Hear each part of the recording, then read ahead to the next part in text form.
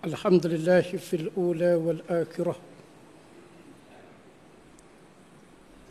هو أول ليس قبله شيء والآخر ليس بعده شيء أشهد أن لا إله إلا الله وأشهد أن محمدا عبده ورسوله أما بعد. Yang dihormati saudara pengerusi, Tuan Imam yang saya kasihi, semua jawatankuasa surau, alim-alim ulama, muslimin muslimat yang dihormati lagi dikasihi sekalian. Seminggu sebelum Ramadan,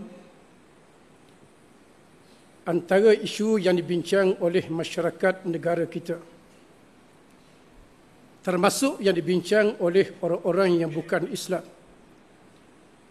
iaitulah yang berkait dengan rang Undang-Undang 355. Baru-baru ini di Parlimen dibentang untuk kali yang pertama pindaan rang Undang-Undang 355. Apa undang-undang yang berkait dengan rang Undang-Undang 355? Di sana mengikut titah yang di-Pertuan Agong supaya mahkamah syariah dinaik taraf di semua peringkat di seluruh negara. Kita Malaysia termasuk negara lain terlalu banyak mahkamah. Ada mahkamah rendah, ada mahkamah tinggi, ada mahkamah rayuan, ada mahkamah persekutuan, ada mahkamah tentera, ada mahkamah syariah. Mahkamah yang ditubuhkan di tiap-tiap negara adalah untuk mengadili masyarakat yang melakukan kesilapan dan melakukan kezaliman. Kadang-kadang sesuatu undang-undang ini terpaksa dipinda daripada masa ke semasa untuk mengelakkan masyarakat melakukan jenayah di atas bumi Allah Subhanahu Wa Taala. Saya nak ambil contoh dalam bab dadah.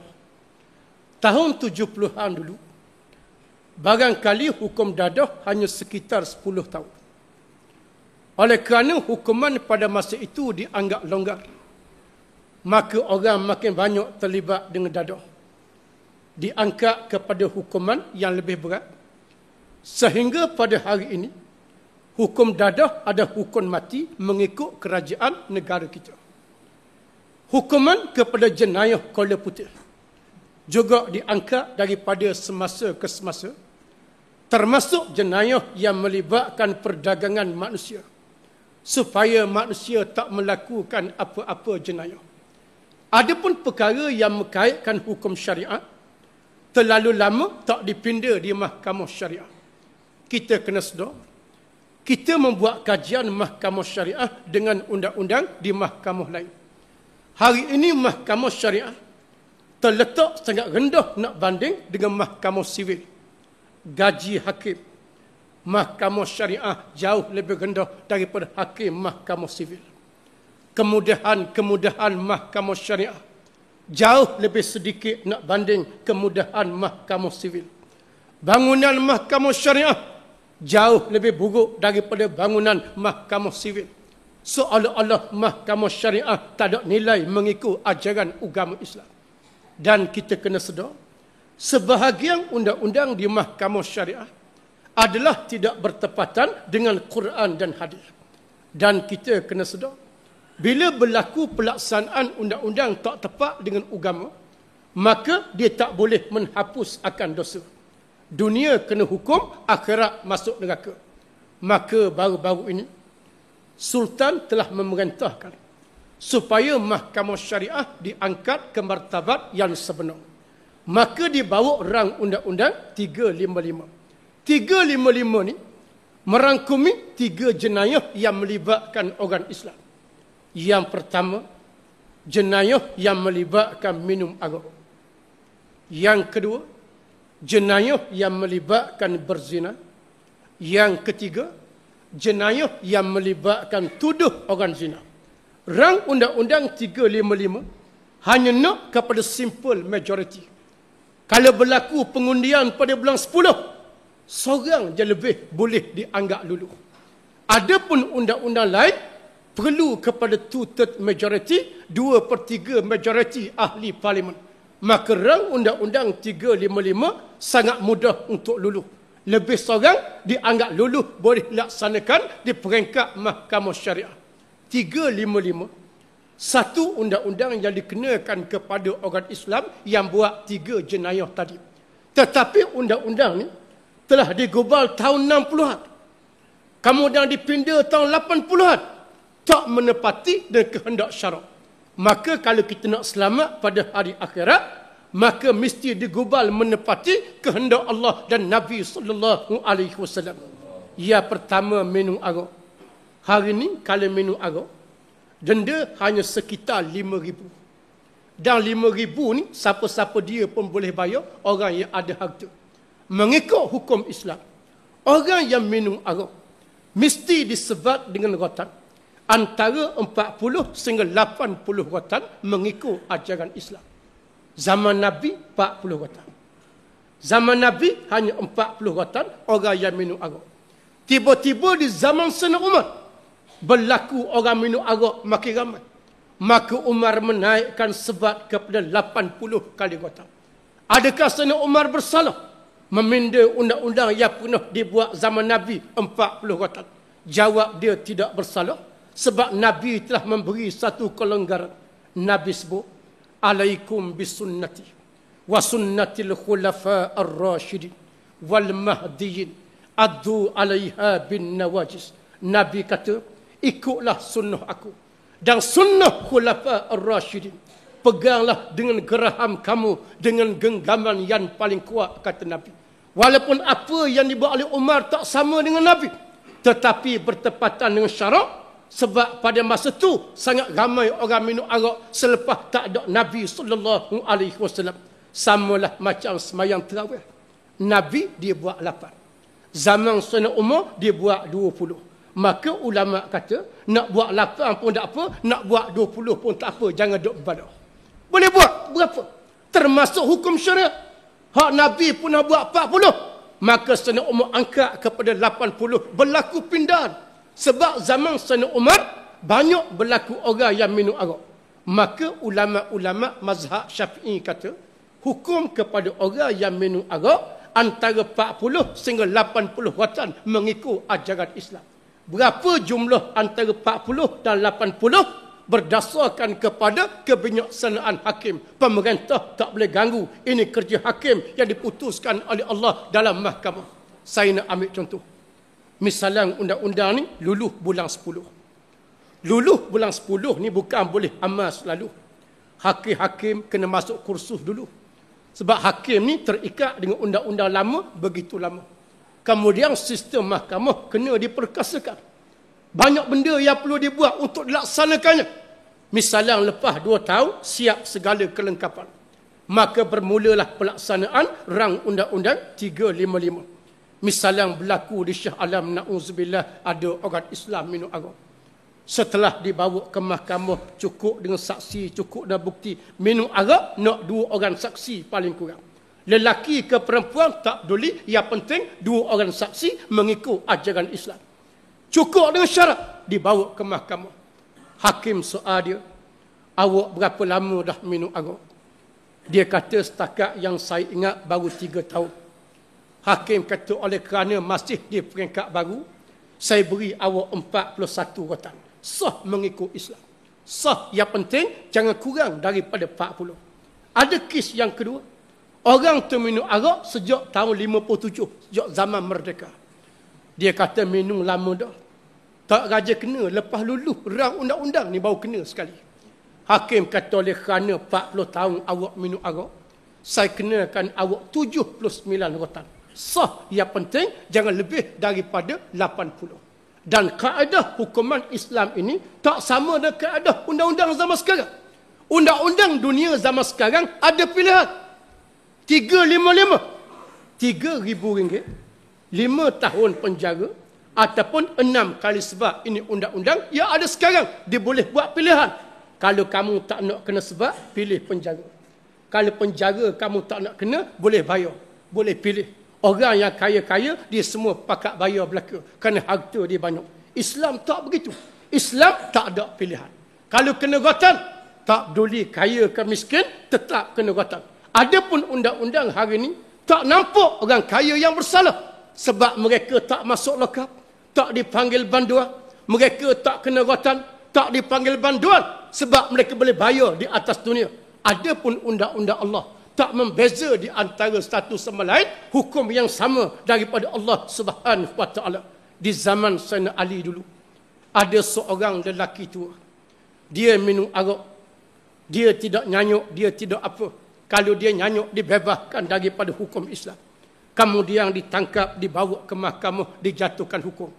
Hakim nak beri pengajaran kepada orang muda, dikenakan hukuman mandatory 80 kali rotan.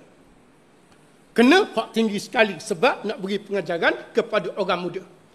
Bila kena 80 kali rotan, maka ada orang yang kesian. Maka adalah puak yang merayu kepada hakim untuk diturunkan hukuman. Dalam Islam, dibenarkan buat rayuan. Kalau rayuan sekalipun, dia tak boleh kurang daripada 40. Ini kaedah rayuan. Ini dalam undang-undang yang ada antara 40 sehingga 80. Adapun kalau hukum yang qat'i, misalnya berzina 100 orang tak boleh rayu. Tak boleh nak jadi 98 ke 87, tak boleh. Sebab satu angka saja yang diputuskan oleh Allah dalam Al-Quran. Adapun yang melibatkan arak, antara 40 dan 80 boleh buat rayuan. Rayuan jangan kurang daripada 40. Lepas rayu semua sekali, orang cerita orang tua ni sakit, orang tua ni uzur, minta rayu kurang pada 80.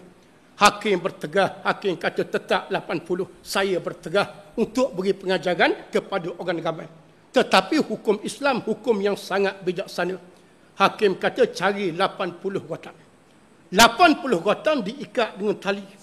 Macam kita berkah lidi nak sapu-sapuh besar begitu, 80 rotan. Hakim kata pukul hanya sekali. Pukul hanya sekali.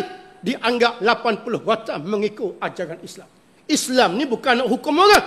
Islam nak beri pengajaran biar orang terbalik kepada agama Allah. Sekali rotan. Tetapi dianggap 80 kerana diikat sekaligus 80 rotan.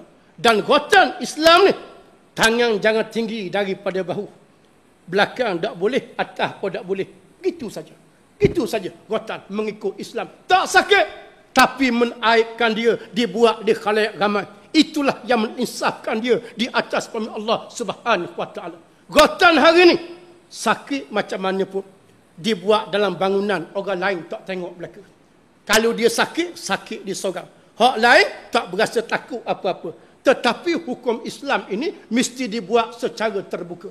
Walaupun tak sakit, menakutkan orang ramai, menginsafkan orang ramai di atas firman Allah.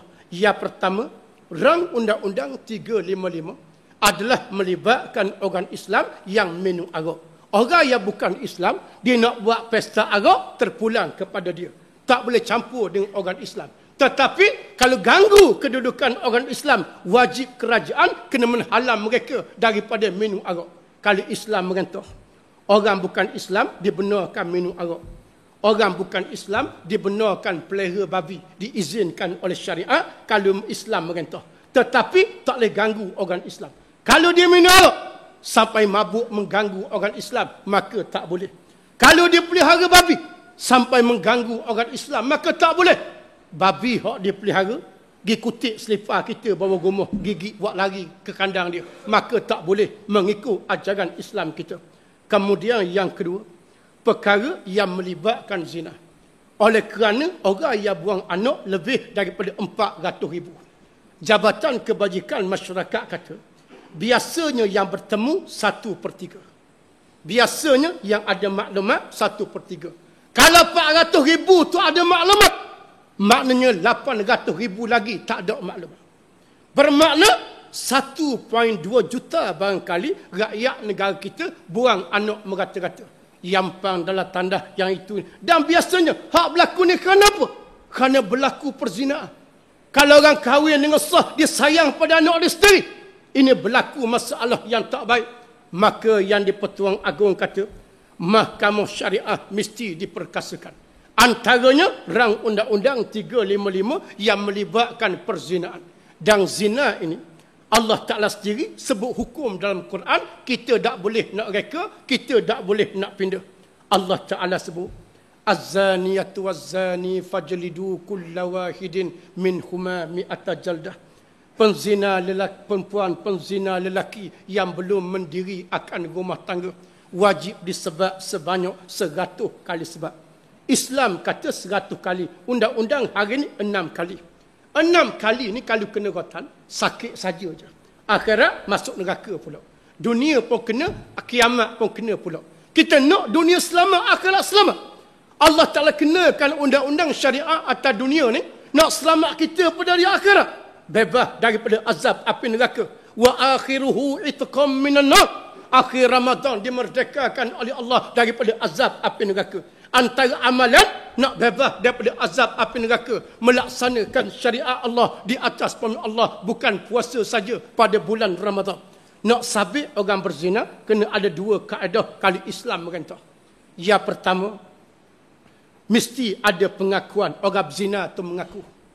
Yang kedua, dikemukakan 4 orang saksi mengikut ajaran Islam. Pengakuan itu pula kena ada 2 syarat. Yang pertama, pengakuan secara sukarela. Tak boleh dia dipaksa, tak boleh. Jangan buat macam polis tangkap orang isak dadah. Sedok perut, cucuh api rokok. Kalau mu tak mengaku, aku bahang parok lagi lepas pada ni. Akhir sekali dia takut, dia mengaku. Islam tak boleh begitu. Ataupun ayah dia heret anak dia. Kalau mu tak mengaku sekarang, ayah pukul mu, mak pukul mu, tak mengaku adik-beradik, tak mengaku anak beranak, tak boleh. Biar dia sendiri mengaku sukarela. Kalau dia tak mengaku, dia bebas atas dunia. Tetapi tak bebas neraka Allah pada hari akhirat. Kerajaan tak rugi apa-apa di atas firman Allah Subhanahu wa ta'ala. Kemudian yang pertama, mesti pengakuan. Pengakuan 2 syarat. Yang pertama secara sukarela. Yang kedua, kalau nak mengaku, mesti 4 kali berturut-turut masa yang terdekat. Tak boleh pengakuan masa yang lama. Mesti pengakuan 4 kali. Ini pendapat yang paling kuat dari mazhab Syafi'i. Amalan negara kita mazhab Al-Sunnah wal Jamaah, majoriti mazhab Syafi'i.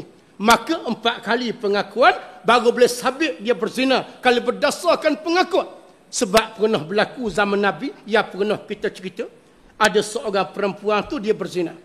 Dia mari jumpa, dia mengaku. Dia kata, ya Rasulullah, saya berzina. Mari hari pertama Nabi tak layan, berpaling ke arah lain. Esok mari pula, ya Rasulullah, saya berzina. Nabi kata, adakah awak mabuk? Pergi balik. 2 kali mengaku, Nabi tak layan. Lusa mari pula, ya Rasulullah, saya berzina. Nabi kata, adakah awak gila? 3 kali mengaku, Nabi tak layan. Hari keempat mari pula, ya Rasulullah, saya berzina. Saya tak mabuk, saya tak gila, saya waras. 4 kali mengaku, Nabi pun ambil kira. Maka ulama-ulama kata, kalau nak buat pengakuan, mesti 4 kali berturut-turut masa yang terdekat, tak boleh masa yang lama. Saya nak ambil contoh. Misalnya, 2 tahun lagi berlaku pelaksanaan syariah, ikut rang undang-undang 355. Seorang tu dia berzina, dia mari temu hakim. Dia kata, Tuan Hakim, saya nak buat pengakuan, saya berzina. Hakim pun ambil kertas tulis. Pukul berapa, tarikh bila, hari apa, tempat mana, dia mengaku dia berzina. Jangan bertindak lagi. Baru sekali dia mengaku. Kemudian lepas 3 hari, mari mengaku pula sekali lagi. Tulis pula tarikh yang kedua. Kemudian tunggu tarikh ketiga. Tunggu punya tunggu. Sampai tahun 2020, tak mari-mari. Maka tak boleh dijatuhkan hukuman sebab 2 kali je baru pengakuan. Ataupun mengaku kali ketiga. Tunggu punya tunggu, tak mari. Hakim ambil kis tu mati dah. Tu mari pula hakim lain. Tunggu punya tunggu, tak mari-mari. Maka tak boleh diambil hukuman dan fail itu mesti dilupuh untuk sekian lama, tak boleh dijatuhkan hukuman. Tak cukup syarat yang Islam kata 4 kali pengakuan berturut-turut. Dan pemerintah jangan paksa dia. Misalnya dia mengaku dah 3 kali. Tunggu dah 3 minggu, tak mari lagi. Lalu hakim ambil telefon dia. Hakim kata, bila mu nak mengaku kali keempat ni? Aku siapa tak jadi kerja buat, tunggu kamu nak mari. Pasal apa tak bagi mengaku? Hakim pula belebel ke dia, tak bagi mengaku. Tak boleh. Kalau hakim buat lagu ni, hakim kena ambil tindakan. Kerana mendesak orang mengaku berzina tak diizinkan oleh syarak. Yang pertama, buat pengakuan. Yang kedua, dikemukakan 4 orang saksi lelaki mengikut ajaran Islam. Dan kalau sabit dia bersalah 100 kali rotan. Dan syarat rotan Islam ni, yang pertama, rotan yang licin. Rotan yang tak berduri. Rotan yang tidak ada bisa. Rotan yang tidak ada racun. Rotan yang tidak bekak-bekik. Rotan yang licin. Pegang di tengah rotan. Hujung tak boleh, pangkal tak boleh. Angkat jangan tinggi daripada bahu. Atas tak boleh, belakang tak boleh, sama arah dengan bahu. Kalau diletakkan barang bawah ketiak, buku ke kain, barang tu tak jatuh. Ni hukum Islam. Begitu saja. Ringan. Tetapi sangat menakutkan manusia. Dan saya yakin, kalau berlakulah rang undang-undang 355, tidak lagi kedengaran orang Islam buat anak. Malah pusat pelacuran di bangsa, di mana-mana saya rasa banyak yang tutup. Orang Islam tak berani langgar pelacur. Tak berani nak berzina. Malah orang Islam tak sanggup jadi barang dagangan manusia di atas firman Allah. Kerana hukum Allah sangat berat. Kalau kita nak masa depan orang Islam kita selamat, tak minum arak, tak berzina, wajib kena sokong rang undang-undang 355 nak menyelamatkan orang Islam daripada azab Allah yang sangat pedih di atas firman Allah Subhanahu wa taala. Kemudian yang ketiga, tuduh orang zina. 3 undang-undang ni, minum arak, berzina, tuduh zina, semua hukum dia rotan belaka mengikut ajaran Islam. Kalau tuduh orang zina 80 kali rotan. Walladzina yarmunal muhsanat thumma lam ya'tu bi arba'ati syuhada fajliduhum 8 jaldah. Orang tuduh perempuan yang baik ataupun lelaki yang baik mengerjakan zina ataupun liwat, kemudian tidak bawa 4 orang saksi. Orang yang menuduh wajib disebat sebanyak 80 kali sebat mengikut ajaran Islam. Kalau luluh di parlimen sekalipun, tiba-tiba negeri-negeri Selangor ke Perak ke Johor ke Terengganu tak buat pindaan undang-undang jenayah syariah negeri mereka. Undang-undang ni tetap pending di pusat saja, tak boleh turun ke negeri-negeri. Negeri-negeri itu pula kena buat pindaan undang-undang di negeri masing-masing. Macam negeri Kelantan, dia ada pindaan undang-undang daripada berapa rotan kepada jumlah-jumlah yang tertentu. Kalau rang undang-undang yang luluh di Parlimen, Kelantan akan melaksanakan undang-undang 355 mengikut keputusan di Parlimen. Selangor lambat lagi. Sebab Selangor perlu kepada pindaan di peringkat negeri. Masih lagi sistem lama yang ada di bumi Selangor.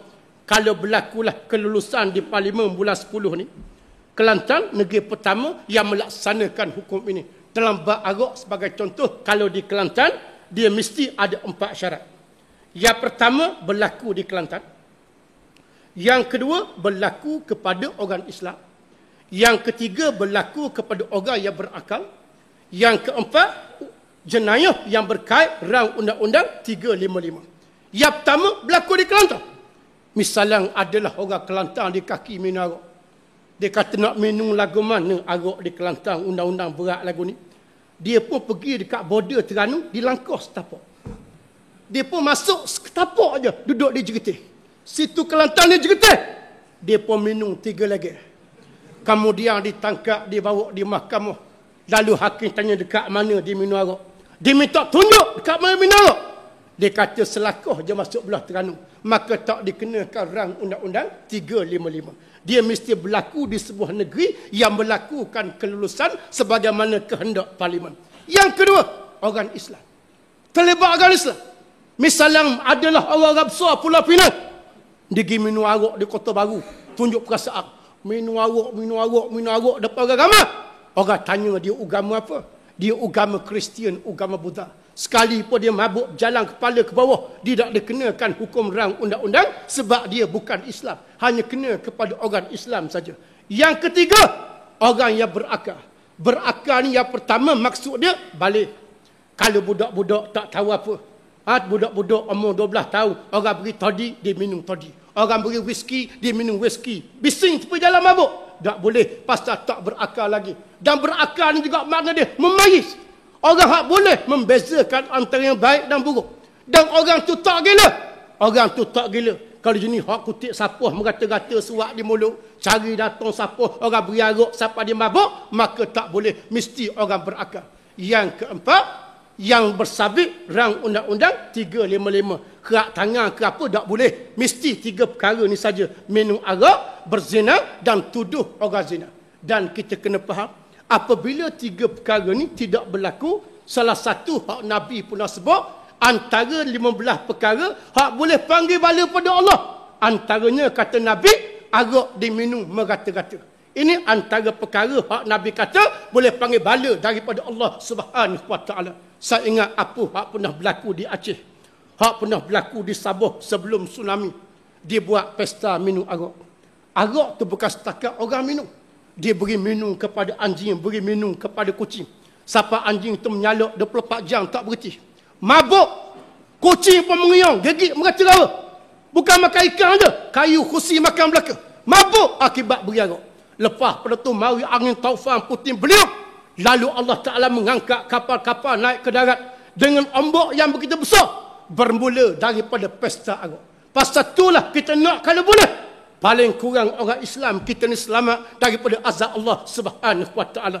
Isu yang kita bincang ni bukan isu politik, tapi isu agama yang dijelaskan oleh Allah dalam Al-Quranul Karim. Siapa-siapa pun orang Islam terlibat dengan undang-undang ni mengikut ajaran Allah Subhanahu Wa Taala. Oleh sebab itulah mahkamah syariah kena diperkasakan supaya orang Islam tak berani. Saya kadang-kadang kawan-kawan ajak pergi berjalan Bukit Bintang malam-malam minggu. Sedih tengok kadang-kadang orang Islam minum arak tepi jalan. Minum tu bukan pakai cawang. Minum pakai jak sekarang. Bukan pakai cawang.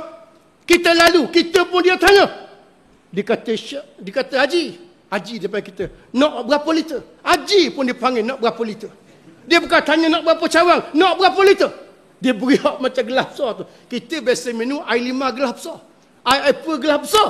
Hari ni ada arak gelas besar. Orang tak minum cawang dah. Orang minum pakai jak. Dia tarik wayar panjang ni macam nak isi minyak tu. Bubuh nak berapa banyak? Dia tekan RM10, tekan RM10. Keluar banyak mana RM10. RM100, RM50, RM500, hak RM1000 ada. Ini bahana kepada orang Islam. Pasal itulah yang di-Pertuan Agong Ketua Agama mungkin ada maklumat, ada laporan daripada special branch, daripada orang-orang bawah dia, orang Islam pun dah kena anak peluk buang 400,000. Mungkin inilah yang di-Pertuan Agong kata rang undang-undang 355 dan mahkamah syariah perlu diperkasakan dan menjadi kewajipan kepada kita mendesak ahli-ahli parlimen yang akan mengundi pada bulan 10 ni di parlimen, terutama ahli parlimen kawasan masing-masing, mesti kena sokong ini. Mesti kena sokong. Ini hal agama. Jangan biar dia ikut keputusan dia sendiri. Ini hak agama. Kalau kita biarkan dia seorang, maka kita sebagai orang bawah berdosa kepada Allah kalau kita tak beri pandangan. Kalau kita dah beri pandangan, dia tak dengar juga. Itu terpulanglah dia dengan Allah Subhanahu Wa Taala. Dan kami ucapkan selamat tinggal kepada kamu kalau kamu tak sokong lagi rang undang-undang yang berkait dengan agama Allah Subhanahu Wa Taala. Mudah-mudahan apa yang kita buat, apa sekalipun, ada redha daripada Allah, jadi amal yang soleh di sisi Allah pada hari akhirat insya-Allah. Demikian seberingkas pencerahan rang undang-undang 355 yang akan dibahas dan diluluh bulan Oktober 2016 di parlimen insya-Allah. Aku qauli hadza astaghfirullahalazim li wa lakum. Wassalamu alaikum warahmatullahi wabarakatuh. Tak lancar derma macam biasa untuk program dakwah di pendalaman Sabah dan Sarawak, mengislamkan masyarakat pulau di sana. Wallahu alam. Assalamualaikum warahmatullahi wabarakatuh.